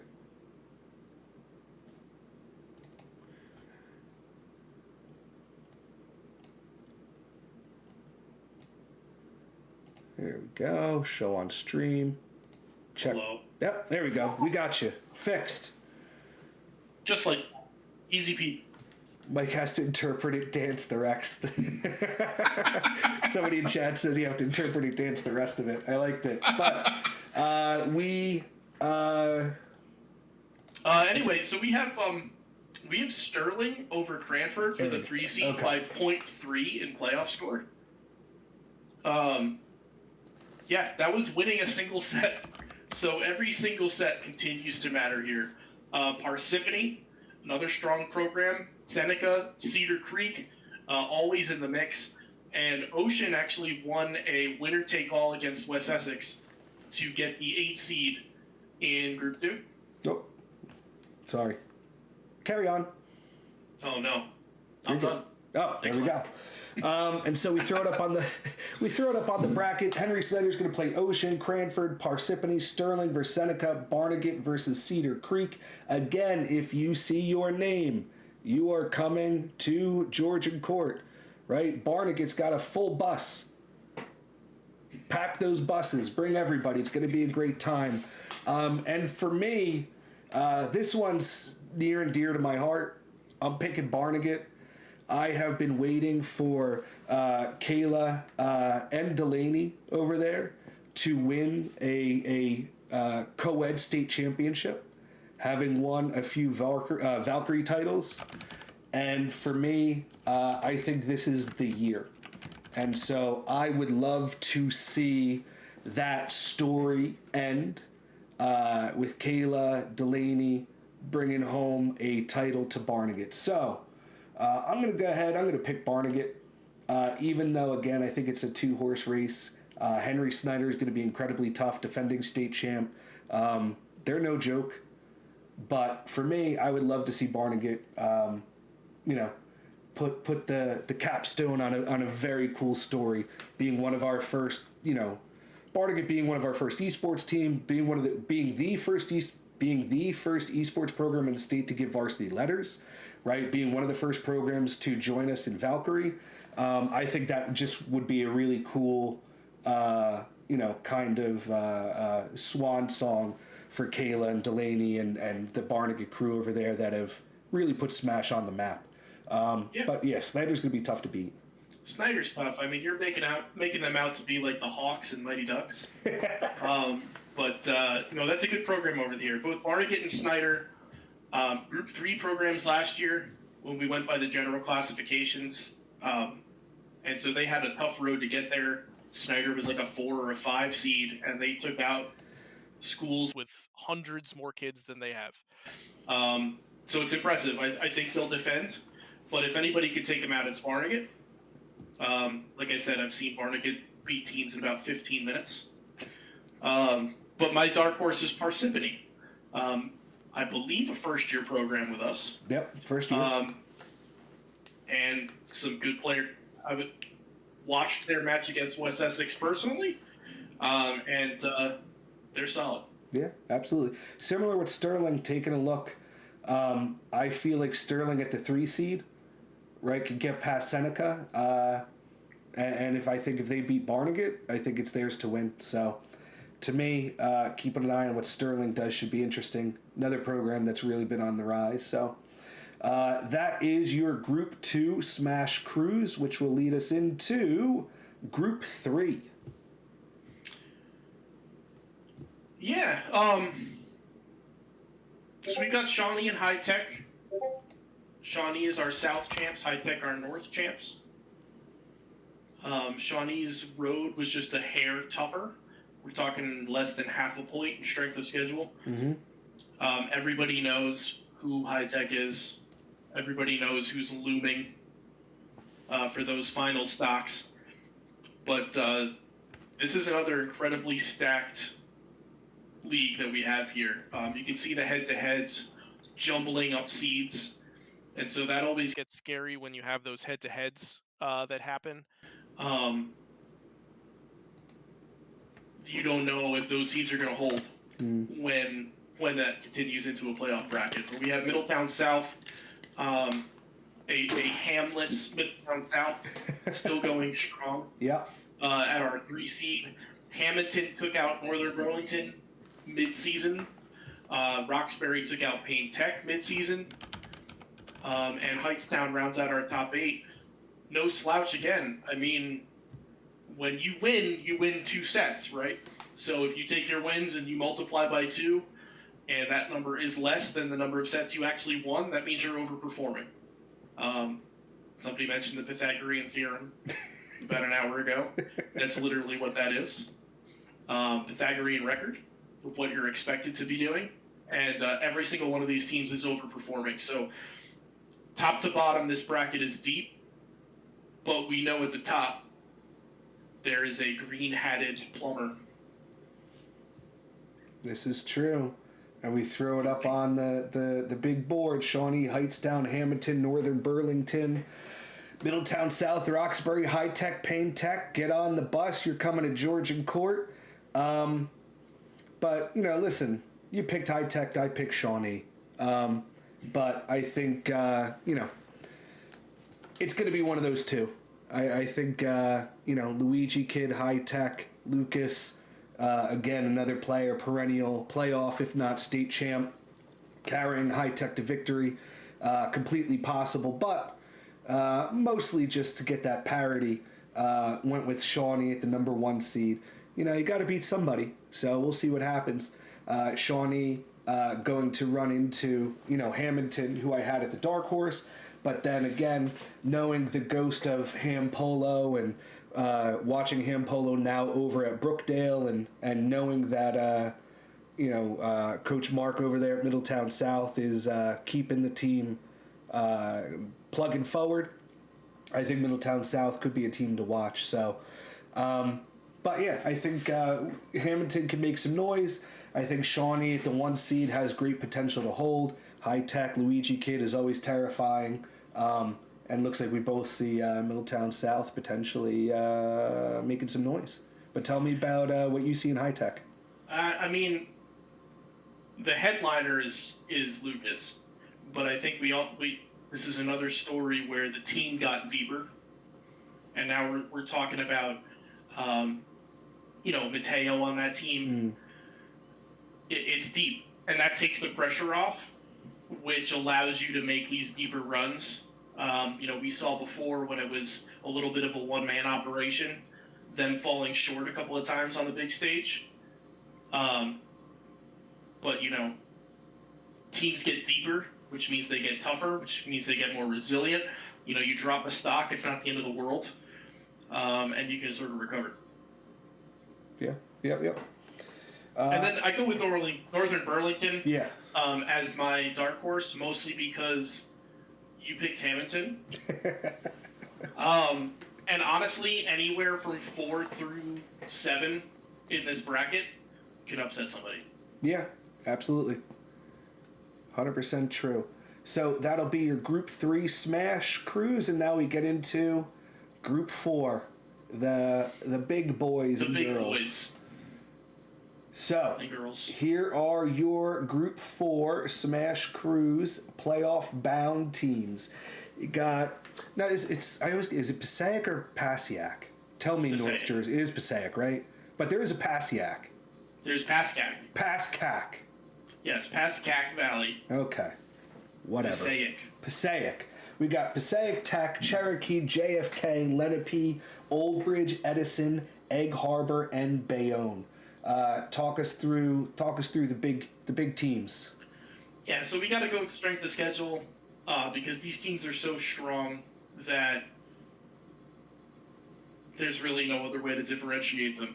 They both didn't lose anything, and so the only way you could differentiate them is the toughness of their road. So we have Passaic Tech and Cherokee, our twin conference champs, winning it all, perfect scores. But they're followed up by some pretty solid teams. JFK out of Patterson, Lenape, Old Bridge, Edison, Egg Harbor, and then Bayonne rounding out the bracket. This is another one where 1 through 6, any of these teams can do some damage on a live stage. 100%. And so we throw it up on the bracket. Passaic Tech will play Bayonne, Lenape, Old Bridge, JFK versus Edison. That's a cool match. You got Cherokee, and then you got Egg Harbor. And so for me, going with Old Bridge, I think Coach Weiss has this team ready to go. But for me, as far as to watch, I feel like JFK's got to make some noise eventually. I feel like they're always kind of like hanging out. They're always like, maybe kind of peeking through the window. I think that, this might be their time to go to the big dance, to go to the big show. So I would love to see JFK, at the 3 seed, get past Edison, and then see if they can take out Cherokee. I think if anybody, they probably have the easiest road to a state championship in the bottom bracket, compared to that top bracket. So I really would like to see JFK, rise to the level I think that I know that they could play at. But tell me about Cherokee and PCTVS. Well, I know I slighted Cherokee in Rocket League. Hopefully they can forgive me. But you can't doubt perfection over the course of the season. And when you're talking a Group 4 where these schools have 2,000 kids to draw from, and all they need are 3 that are really good at Smash, to then rise above that with a perfect record means a lot. But at the same time, Passaic County Tech did the same thing. I feel like nobody really talks about Passaic County, but they're always making playoffs. They're a top seed this time around, which, like you said, the top half of this bracket is tough. 1, 4, and 5, I think, could all make it to the final. But I think Passaic Tech's going to be the one to make it out of those 3. And my dark horse is Edison for the same reason that you said. Yep. I think the path is a little bit easier down there. Yeah. They're taking multiple sets off teams above them, with a 12-6 set record. So. Yeah, same thing. I think if Edison can get past JFK, again, sliding in, playing against Cherokee, but I know the culture up there, they can play some Smash. And I think for Edison, it's just getting used to playing Smash in a competitive, organized way, through a statewide league like Garden State Esports. So I think as Edison gets it figured out, they're going to continue to get better and better. They have a beautiful space up there. Again, it's another big school that has a lot of support when you talk about Board of Ed and Super and stuff like that. So they're an all-in program up there, so it's only, to me, a matter of time before Edison turns the corner and starts, really pushing some people around. And then, I feel that way about JFK as well. So, I think one of those two potentially could make the upset. But why don't we talk about real quick, Mike, how All-Stars works and the changes that we made? Yeah, so for those who don't know, After your coaches report their score, they also have to nominate a player of the game. They have to do one from their team and one from the other team as well, recognizing a standout performance from their opponent. We tally those up at the end, and those starters times 2 plus 2 players make our all-star team. So, for example, again, more math. Everybody loves math. When you're talking about Rocket League, 3 players start. We multiply that by 2 and add 2. We take 8 all-stars. It is not a perfect system, but it is the system we have hit on because it relies on recognition of your opponent in sort of a display of sportsmanship and respect, and giving props to somebody on the other side of the fight, of the competition, that was able to stand out. That is actually our tiebreaker when players wind up with the same number of votes. The tiebreak is who had more votes from their opposing coaches. Yep, beautiful. Which means you're truly standing out as an opponent, because that other coach may not know who the heck you are, but they knew that you were one of the best players on the field in that moment. Well, and we also eliminated from last year. We do not have a first and second team. Gotcha. Yes, we just have one team. Because so even as the league gets bigger, we're keeping that all-star elite. We're not expanding all-stars. We're keeping it, right where it should be, as the best of the best, as Correct. Determined by their coaches and their opposing coaches. Yeah, and you look you look at how we've split out our playoff brackets, and we split our Smash 68 schools that participated in the Smash Championship into 4 brackets. There's one all-star team. Correct. So from the hundreds of kids who played championship level Smash this season, 8 of them make the all-star team. And remind me, Mike, what time are we doing all-stars? All-star presentation is tentatively scheduled for 11 a.m. at Georgia Court. We usually like to put it in the middle of the day. It is running at the same time as matches. Yep. We cannot make it the only thing going on, or we'll be there forever. So if you are not currently playing at that time and we start doing the all-star presentation, come up and get recognized. Otherwise, we will still have, your certificate, your pin, that we can get to you because you earned it. There you go. And so, real quick before we get into that, we got George and Court showing up in the chat. Our hosts for the fall championships are here. So, big thank you to George and Court for being a fantastic partner. Everyone's excited to come to your space. I will also drop in the chat as well if one of my 500 mods would like to pin that for me.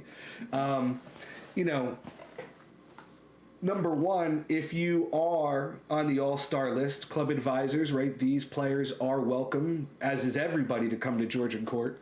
But we will be recognizing, like Mike said, these all-stars. So, make sure that you make arrangements to get them on the bus. And then the other thing to share that is a little bit different than other years is spectators, moms, dads, sisters, brothers, those that are coming to support and to watch need a ticket this year. If you are a player or you are coming as part of your esports program, as a supporter, if you're coming on the bus, if you are a student within Garden State Esports, your admission is free. However, for outside of Garden State Esports, they do need to get a ticket. And part of that has to do with the fact that George and Court, the entire space, holds about 1,750 people or so. In the casino where we will be playing. And so, I'm going to get a tent. We're going to open up the doors just so we don't get hit with the fire code. But we can't let everybody in. So if you do not have a ticket and you are not coming part of a GSE program, you can't get in. Because the fire marshal? The fire marshal will shut us down. So, Make sure that you guys grab your ticket to Georgian Court. The campus is unbelievable. The folks are unbelievable. The space is going to be unbelievable, as we're going to show you in a few minutes. And if you are an all-star, you are part of the program, so make sure that you jump on that bus and you come on down. But your League of Legends All-Stars, go ahead, Mike, and walk us through. Yeah, so we have Medahan from West Essex. We have Jiwan from Northern Valley Old Japan. Tiki from Passaic County. We have Daniel from Demarest. We have Jan from Shawnee. Nathan from Old Bridge. Ethan from Edison. Aiden from Barnegat. Joseph from Haddon Heights. Renzo from Barnegat. Abdul Bore, hopefully I pronounced that right, from McNair. And Mason from Shawnee. So we got some schools that are on here twice. Absolutely, yeah. Fantastic. And here are your high school Rocket League All-Stars. Again, only 8 for all 4 groups. We're keeping it elite. For high school Rocket League, we're going to have Hunter from Cape May Tech. We got Sebastian from Barnegat. We got Dylan from Newark Data. Aiden from Plainfield. David from Scotch Plains Fanwood. We got Oscar from West New York. We got William from Zeneca. And we got Z Parker, I'm going to assume that may have been a part of the handle, but Z Parker from New Brunswick. And we'll go to middle school Rocket League. Mike, go ahead. Mike's Mike. You're out. You're gone. While we have Mike figure out his mic, I'll talk you through my middle school Rocket League. We got Landon from Jonas Salk. We got Henry from Brigantine. Aiden from Camden's Promise. Kieran from Warren. We got Gio from Stafford. Charlie from Carl Sandburg. We got Johnny from Burnett. We got Owen from Kenneth R. Olson. And that'll take us through your middle school. Let's see. Mike, you back? You can drop if you want to drop. Drop and come back. Drop and come back.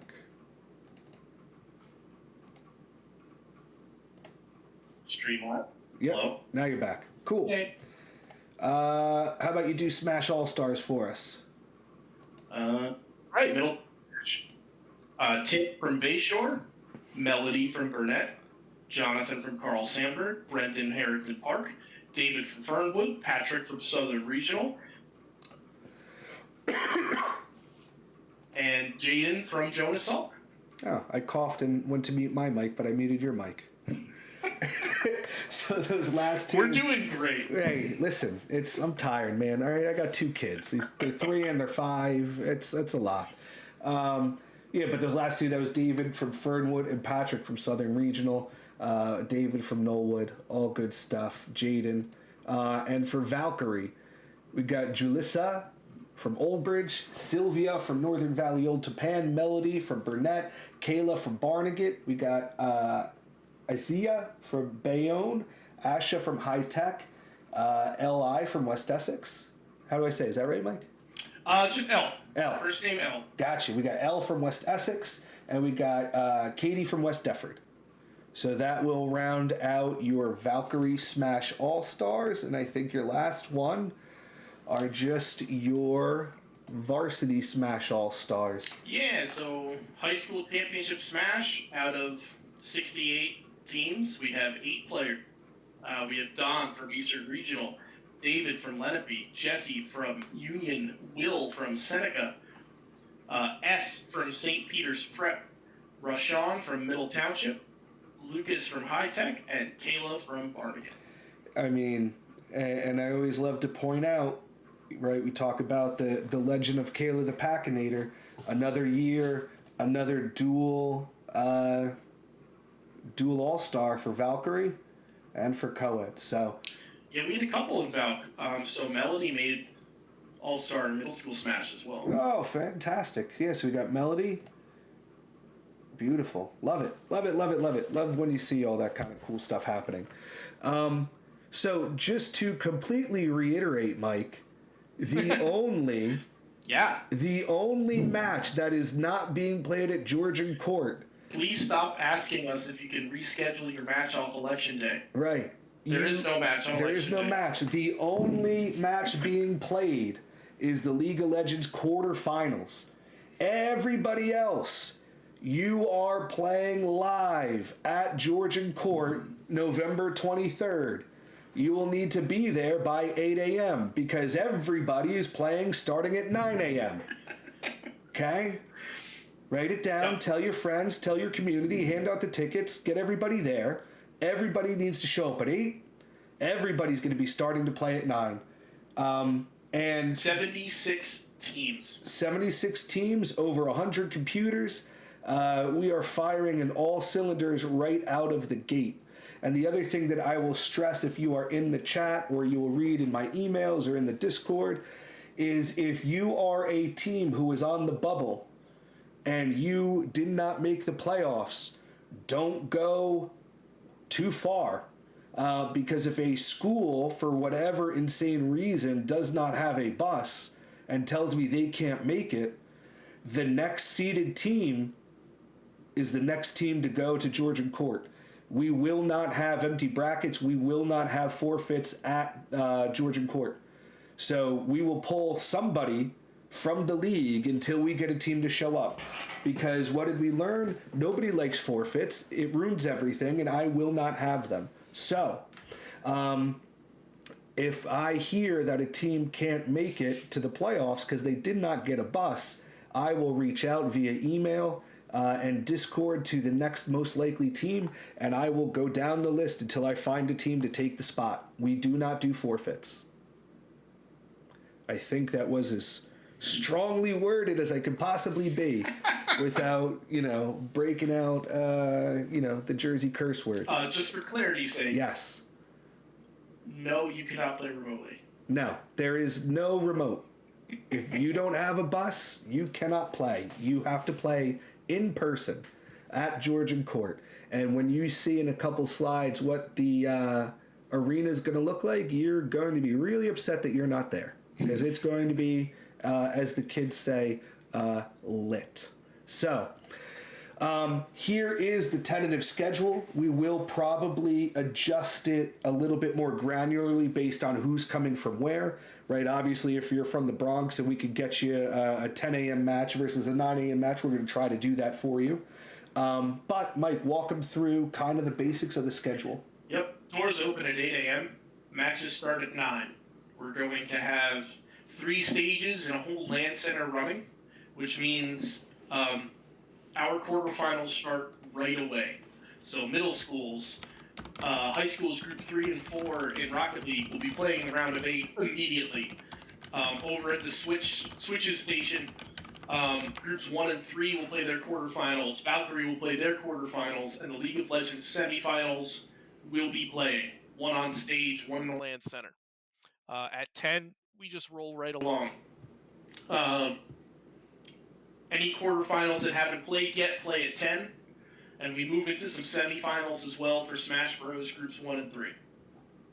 11 a.m., you'll see we're just grinding. Semifinals for Rocket League Group 1 and 2, Smash Bros. Groups 3 and 4, middle school semifinals for Smash, and our Group 1 final right off the bat, 11 a.m. For Smash Bros.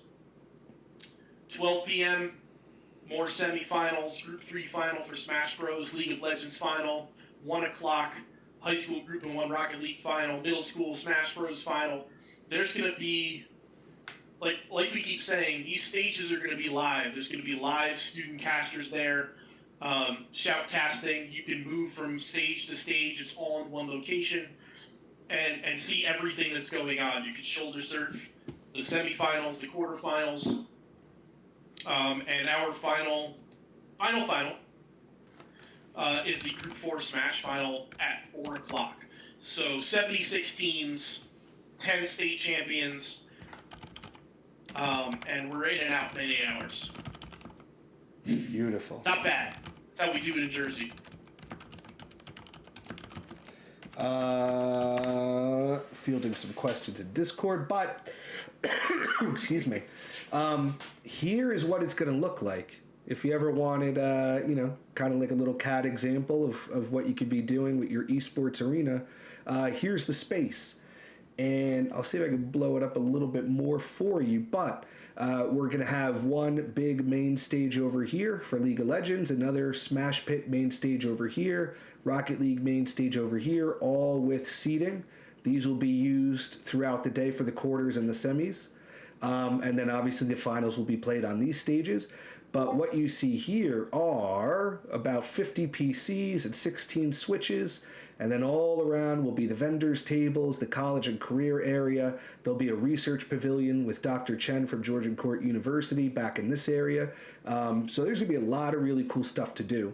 And the reason why we're bringing in Landfest to help us run this event beyond needing more devices to bring more teams together is because we are having a renewed community gaming resurgence in making sure that there is stuff to do for everybody.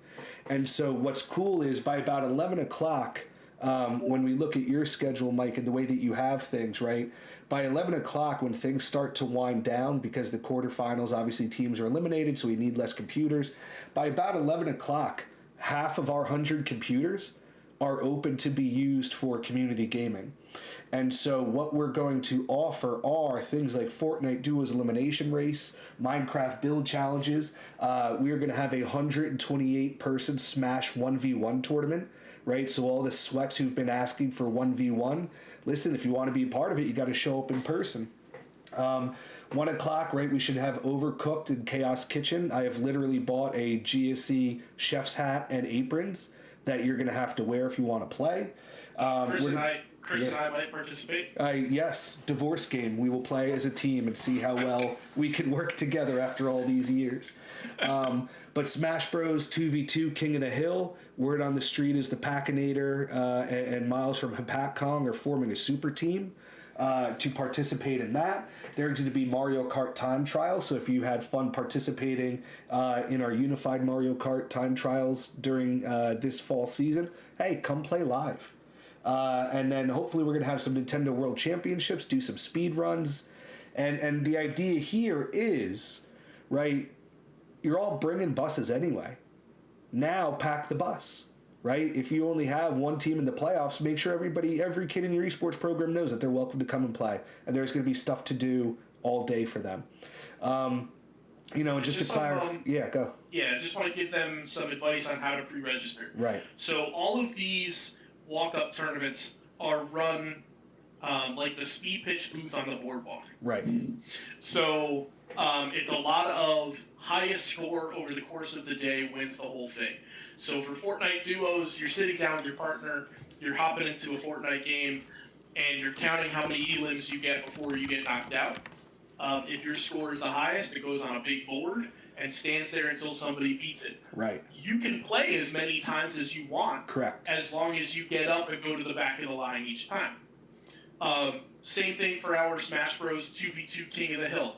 It's you sit down, if you win, you stay, a challenger approaches, and whichever 2v2 duo has the longest win streak over the course of the day goes on the board, you win at the end of the day. Yep. For Overcooked, highest score over the course of the day wins. Mario Kart time trials, fastest time wins. And so the way that we do the pre-registering for this is if you pre-register, you get one fast pass where you can skip the line. So it gets you into the game faster for the benefit of telling us that you're coming ahead of time.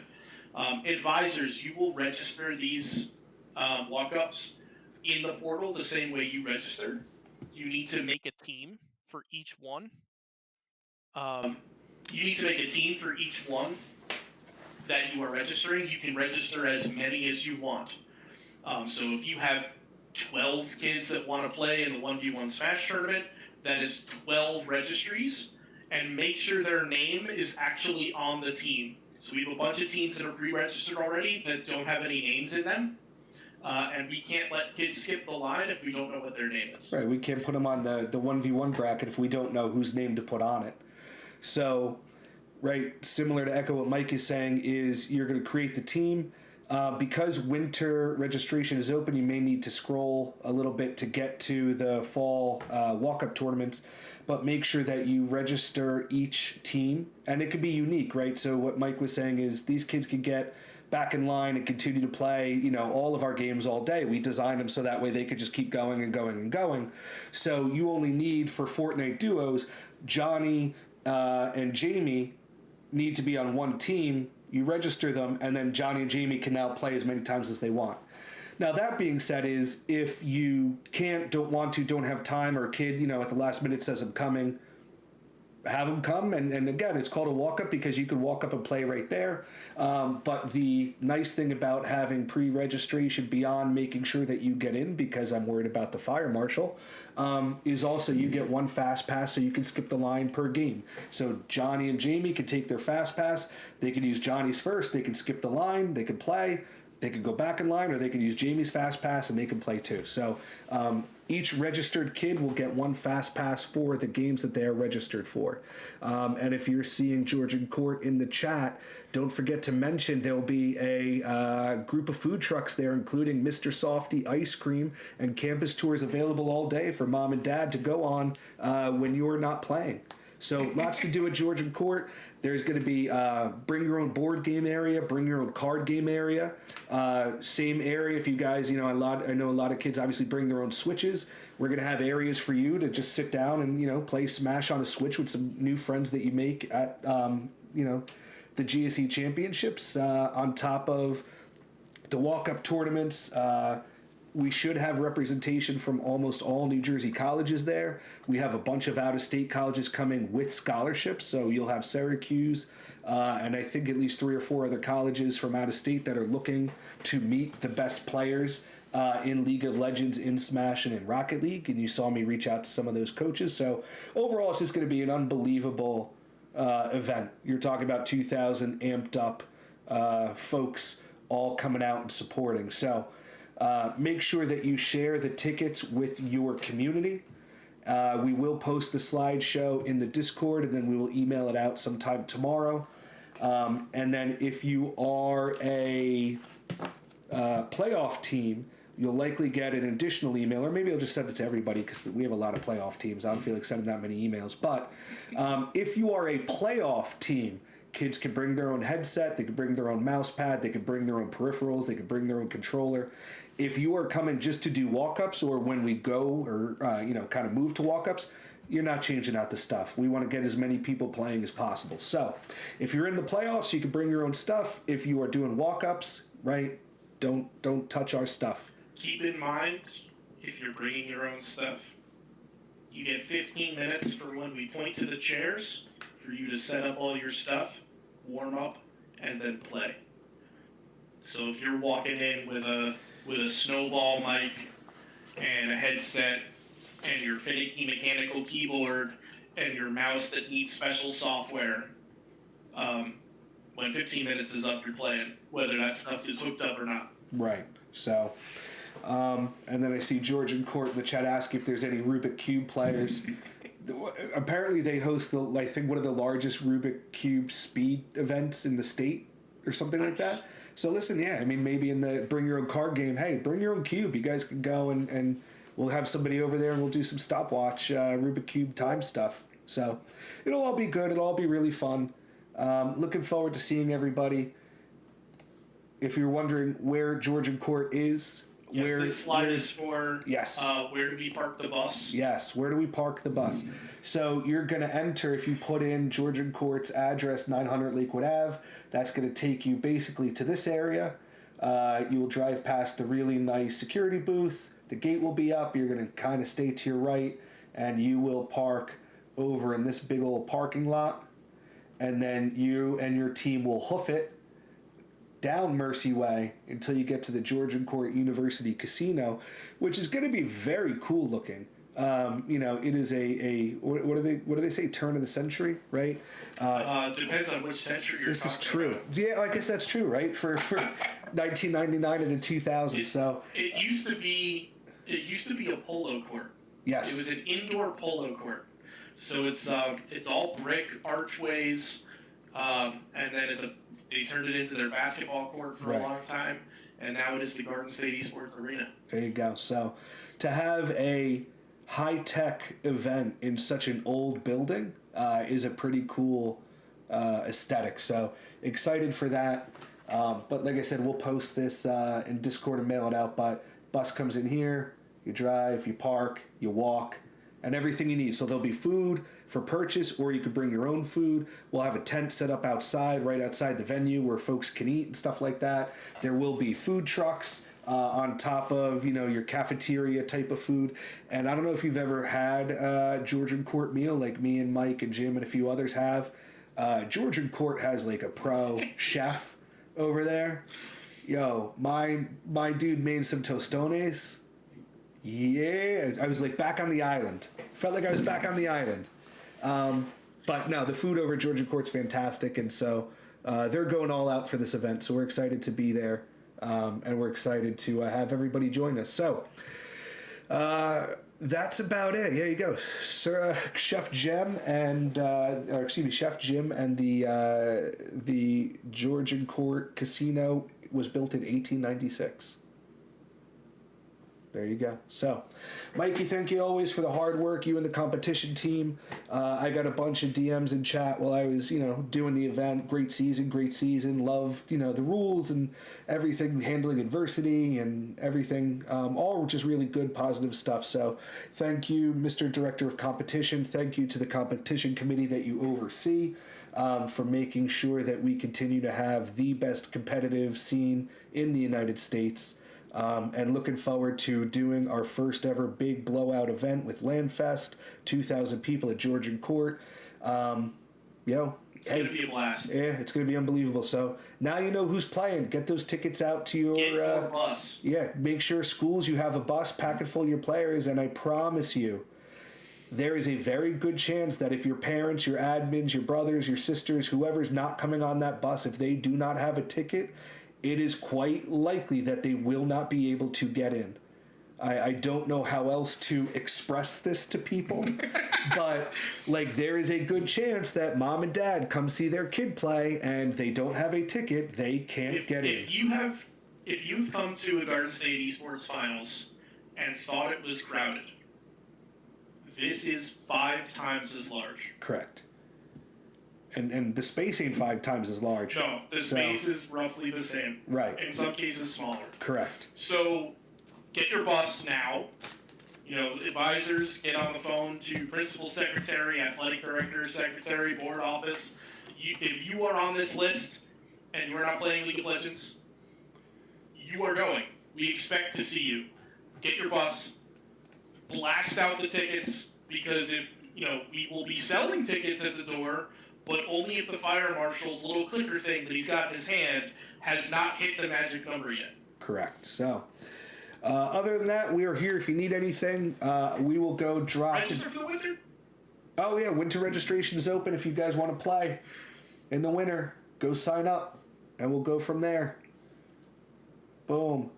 Copy link. We're out. Mike, thank you as always. Thank you for everybody for watching. And we'll see you next time. We'll see you at Georgian Court. Have a good one.